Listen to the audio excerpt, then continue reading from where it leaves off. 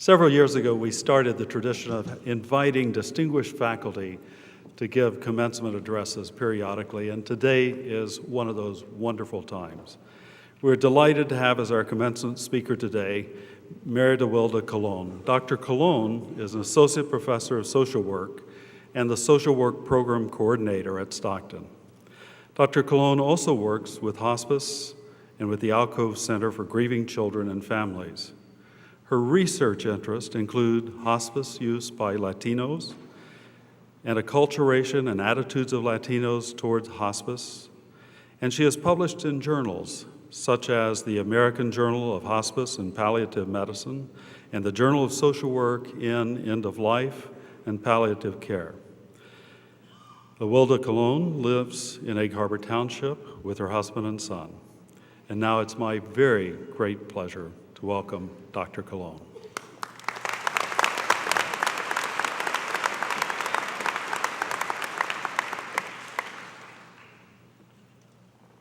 Good afternoon, graduates, parents, family, friends, President Sackkamp, Provost Carr, Board of Trustees, faculty, and staff.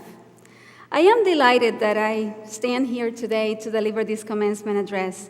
But before I proceed, I have to tell you that after I told President Sackkamp that I would accept this opportunity, I realized, oh no, I won't have a blackboard to write out the words I find difficult to pronounce. Usually in class, students inform me about a word they do not understand because of my accent, and I write it for them. However, here I am.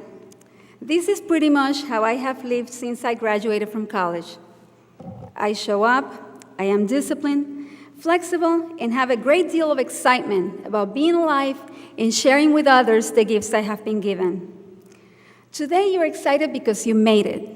I am excited because in every one of you, I see a promising future for all of us. Maybe you do not know what you're going to do after the celebration is over, what kind of a job you're going to have, and how life will be without the routine of coming to school. When I graduated from college, I did not know precisely what I would do. What I did know was that I had earned a degree that would stay with me forever.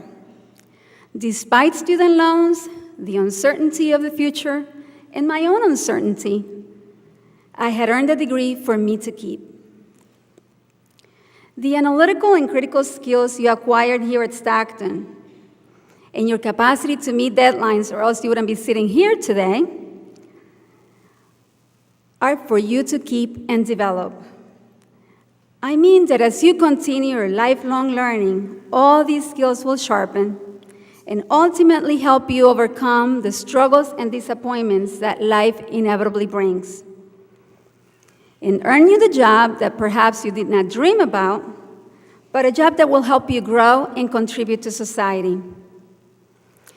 I have graduated more than once, and in every graduation, the speakers made sure we graduates understood how important our contribution to society would be, and encouraged us to make a difference and be ourselves.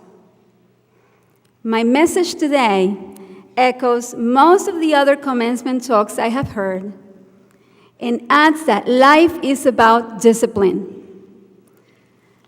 My maternal grandmother never went to school, but she was the brightest woman I have ever known, because she told me early on, respect your elders, listen to those that were there before you arrived, and be disciplined. Follow through, no matter how difficult it may be, and how many times you may have to rest before you can actually complete the task. I listened to the wisdom of this woman. When I graduated from college with a degree in education, she told me, I am proud of you, but it is not about the degree. It is about how you're going to behave from this point on, how you're going to do the right thing, be disciplined, and never shy away from responsibility. That's what I care about. I remember being bothered about her remark because I worked very hard for my degree and she minimized it. Or that's how I felt. Today, I am not here to minimize your accomplishments, but to challenge you to remain disciplined and continue to rely on those skills you have acquired and enhance them. Continue to educate yourself and act on what you say. It is in the actions that we assert who we are.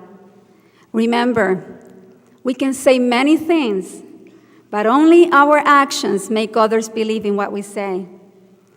People may forget what you say, but they will not forget what you do.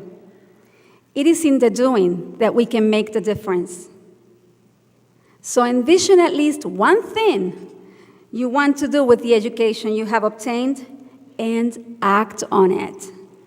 If it is to obtain a job, go out there, get a job, even if it is not in your major. Accept a job. Your determination and discipline, coupled with all the skills you have, will open the door to another job, perhaps the one you really want. The point is to begin to do something that speaks to what you envision.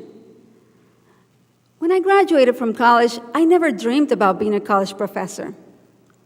At the time I attended college in Puerto Rico, respect for professors was so high that just the thought of it intimidated me. Therefore, I was excited to be a high school teacher, and I envisioned a teaching career at the high school level. Shortly after I began my teaching career in Puerto Rico, the opportunity came to relocate to New Jersey. I moved here relying on all that I had learned and determined to make it, even if speaking English proved daunting. In Puerto Rico, I had studied English since first grade. But it is one thing to read English, another to speak it fluently, and another to speak it clearly enough that others can understand you. ¿Me entiende? Nonetheless, I knew I had discipline and determination. Dictionary in hand, I tackled every day from that point forward.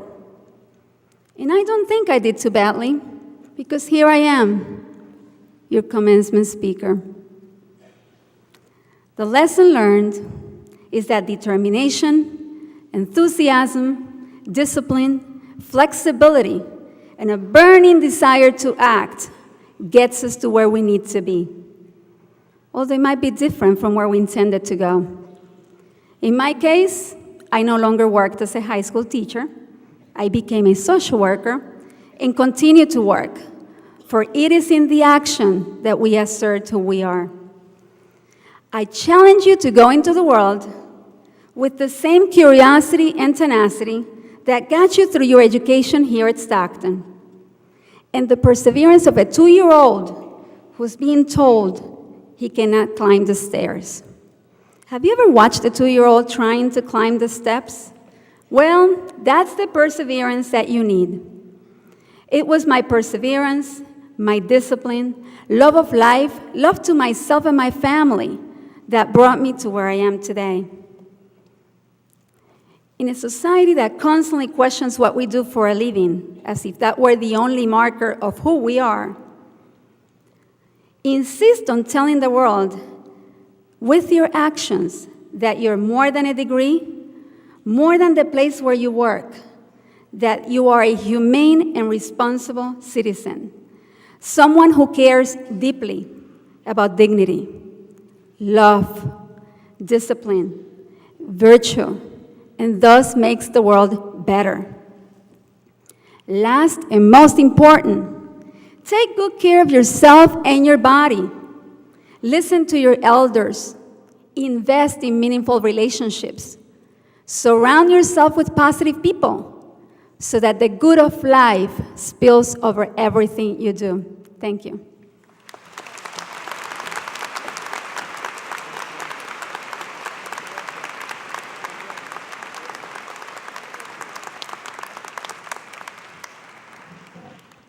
One of the remarkable advantages of education at Stockton is that about 30 to 40% of our faculty are international scholars.